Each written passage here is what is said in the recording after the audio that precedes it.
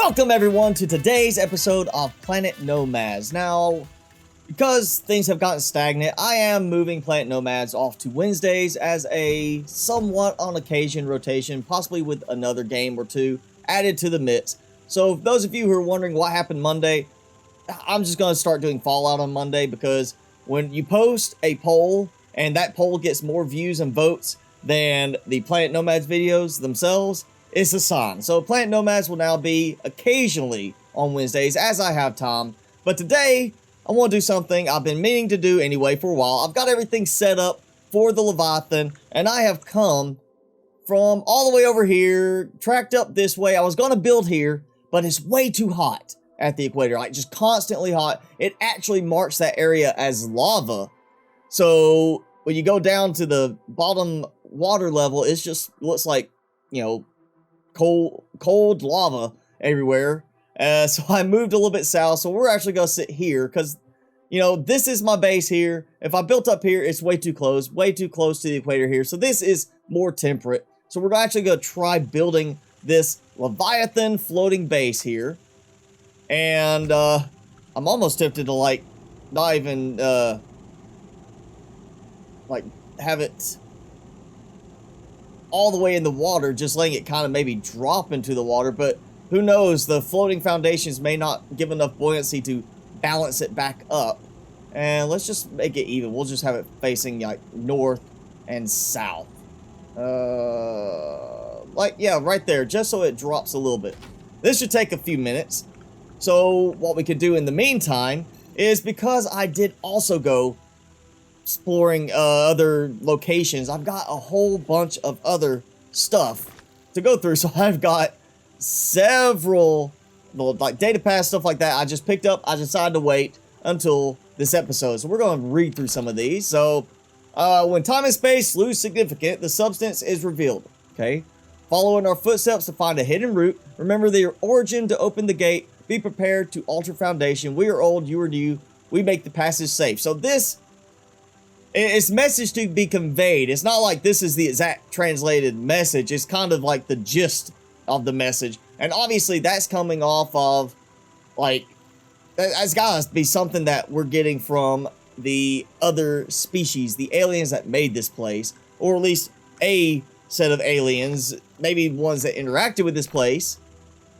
I just used that. What was that, a duplicate? Does it give you duplicates of the same entry? Okay, here we go. Local fruit options. Okay, so we're, you know, botanists. Terminate quote on deer-like creature for purpose of meat consumption. So yeah, terminate quote, cute, unquote. I like how the quote slash cute slash unquote thing, we couldn't actually use quotes. 24 hours of intense diarrhea and vomiting resulting in serious dehydration, plus impertinent commentary from female colleagues.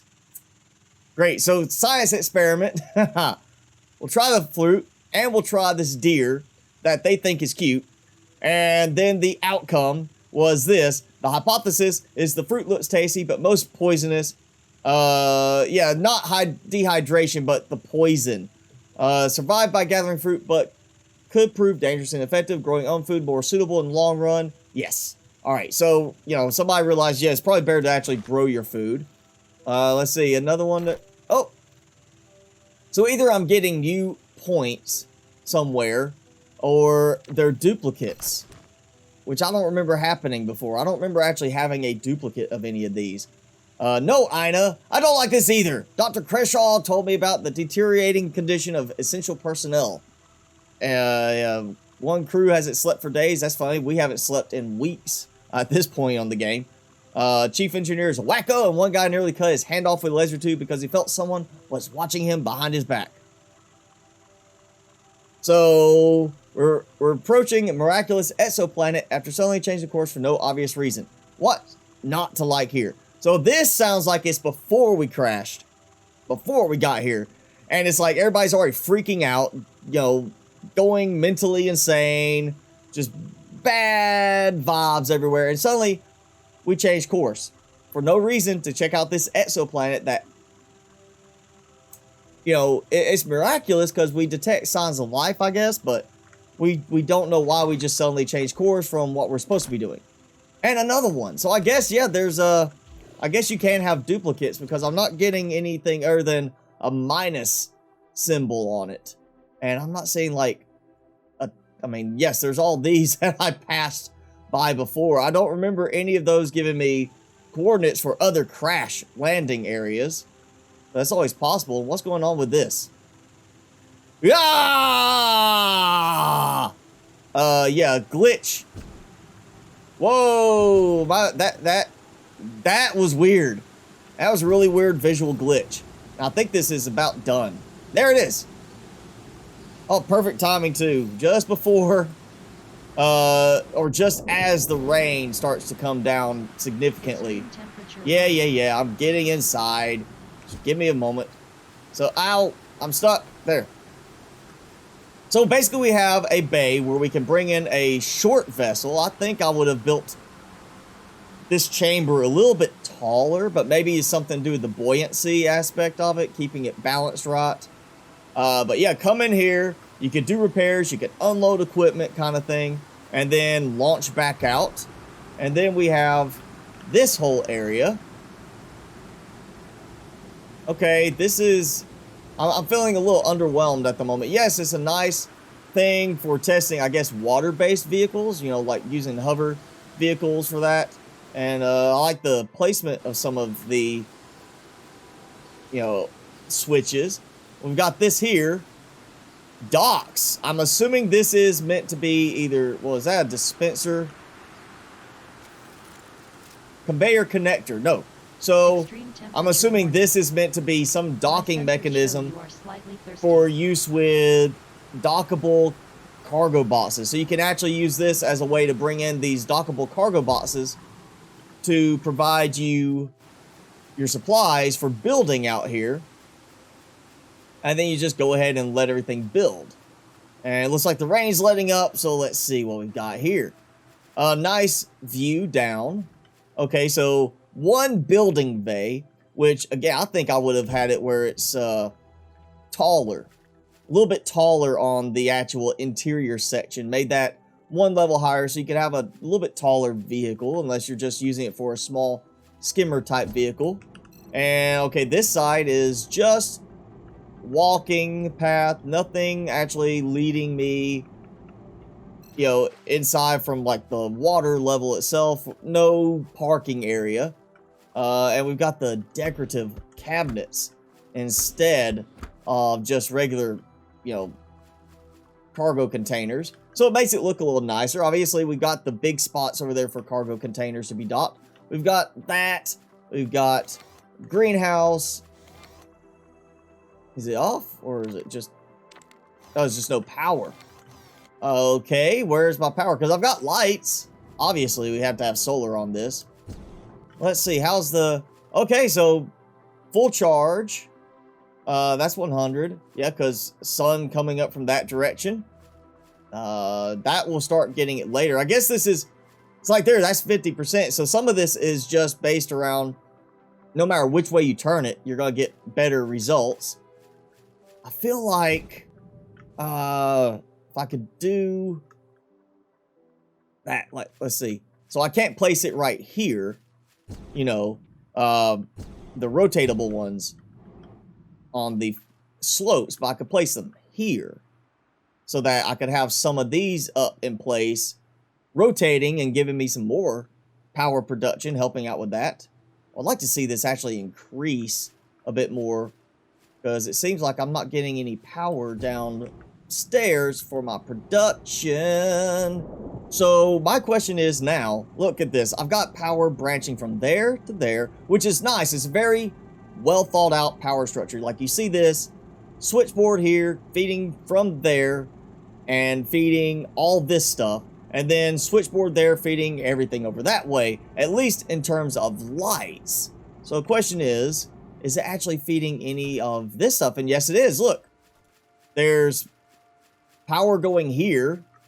Ah, that's why it's not working. The switch is off. Okay, so looking at the Steam Workshop page for the design, it says that the little cargo bay landing area there is for a vertical takeoff landing craft of some kind. It does not specify a specific landing craft of any kind, but you can see how it's got like those little docking pads. So I guess it's just there to help with you finding one that you can then just extend down and it will connect easily enough. So I may have to try and find one that will work. Right now, we're actually going to try landing this one because, hey, guess what? I happen to have some conveyor connectors here. Yeah, this is proving to be a little difficult to get it lined up just right where I'm hopefully not falling off after I, like, drop down. All right, let's see. Am I at the right spot? Don't they turn green if they're connected? Backed up too far and bumped. Let's see. That looks pretty good right there. Yes. Yes. Maybe. Yes, they are linking in. So it's almost like it's built for this design, but not quite. Like that's not lining up exactly, but hey, at least two of these are lining up and they're active. So yes, we do have a connection here with this, which means I can now turn off the flight system and actually I just turn everything off. So that works really well. Now I have access to the supplies in the air miner. If I can get through here, that's a little wonky right there. That's a tight little squeeze. Making it a little difficult to get up. Yes, so my stuff is showing now in here, which means I technically could sit here and produce a lot of supplies with this. So that works perfectly well. I can use the air miner to be like, all right, you know what? I'm going to load up a ton of stuff. Supply-wise, you know, I go ahead and make a lot of stuff back at the base, load up one container with a lot of things like the different parts, fly out here and be like, you know what, I'm going to build a ship here now and just leave it. Like, you know what, I could actually go ahead, pretty much, I should have the stuff to build this. That runs on batteries. Oh yeah, that's the built-in ones. No. Flying miner, I wonder if it would have anything like that. I mean, obviously, it's something that's going to be great to take and leave somewhere and then go pick it up, fly it back. Of course, then you have to actually, you know, fly there and fly back. I did say I was going to look for some smaller vessels that are quick to get around in the last episode. And what I found is a lot of the small ones, similar to like this, are battery powered. There's a lot of them that will move really fast, but they run on batteries. I don't want it to be like, oh, I fly out here and I got to worry about setting up a solar panel somewhere to charge it up. I want to be able to do I want to have deuterium, uranium, whatever, so I can just run it around. So this one is one I found. Did not say anything specifically about being only battery powered.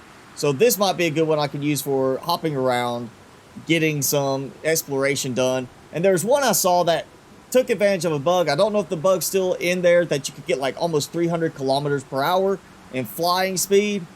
But I didn't want to trust that being the case and then get in here and it goes only 30. So here we are at the F-stop. One of my old mining locations for uranium. I'm assuming gold, titanium probably.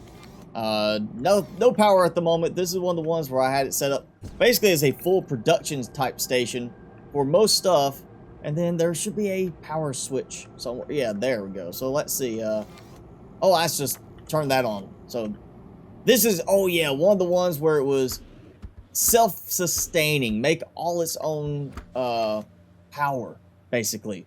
Like there. It's going to start making some power. And of course, this would be great to have running all the time, except for the fact that once you get outside of about the, I guess, 1.8, 2 kilometer range, it halts everything. Kind of like how Minecraft, it stops everything. If you go too far away, the chunks unload. Same thing here. It just stops all your production if you're too far away. So you get nothing. And unfortunately, there's no other supplies around the area other than, of course, this. Like, I'm getting titanium and gold, which is nice. I could use some titanium and gold right now. So I'm going to hang out here for a few minutes. Let this stock up. And like my air miner get some more unfiltered dirty water so it can use for some deuterium. Then we'll go ahead the rest of the way to the base and probably just stop there for a little while, hang out at the old base, you know, make it feel homey again, at least for the fact that I'm actually using it instead of just running away and leaving it abandoned, unused. And I'm getting weird artifacting on some stuff now. Like weird, usually I don't get that kind of black shimmer to it, I guess. But yeah, I'm gonna hang out here for a little bit and then head on back to the previous base. So here I am back at the old base, my honestly second base, but my first real base. I've landed, and there's the remnant of the previous floating base I tried to make that ended up flipping over one time, and I just broke everything down except for the foundation because it kept floating further away at the time. It was much closer to the shore than this is right now, and after it flipped, it just slowly floated out, and it has apparently stopped floating away. So I'm assuming the foundations have a certain distance from shore that the floating ones will keep. So I'll probably just go ahead and break that down while I'm here so I have some supplies to take with me. And I'm just going to hang out here for a little bit because I have not been here in a while. And oh yeah, I've got everything turned off completely. Save power since I was not going to be here. Bingo. So now, power for everything. Everything's set up. And I do have this weird looking thing over here for my storage behind the wall. So it's not visible, but it's there. And oh yeah, look at that. This was actually meant to be a dumping point. Like I walk in, dump everything in here, and it just slowly feeds into the other container. So I've got some water I can use for deuterium. Oh yeah, I've got some stuff. I've got storage. I don't even remember what all I put back there at this point because it's been so long. And I've got these. I still have some parts left over that I did not break down yet. So yeah, I've got some cleanup I can do here and make this a semi-usable base again. I mean, I do have a nice little harvesting area over there with cobalt. I remember that. And I've got some production going up here, so I'm going to get some stuff going so I can carry it back. And what we'll do is probably next episode, head back this way, stop back at this base with the air miner again, try to do some building from there before then making the jump up here to the big base and then experimenting with some stuff there, some adjustments maybe to the method I'm using for building the conveyor system and getting it working well without all the lag, hopefully. But I will definitely be saving outside a 2-kilometer range before I go in there and start lagging up again. But I think that is going to be it for today's episode. If you enjoyed the episode, be sure to hit that like button, leave me a comment below, and hit subscribe if you haven't done so already. As always, I'm your host, Mr. Spicy. Thanks so much for watching. Be sure to keep it spicy this week, and I will see you in the next video.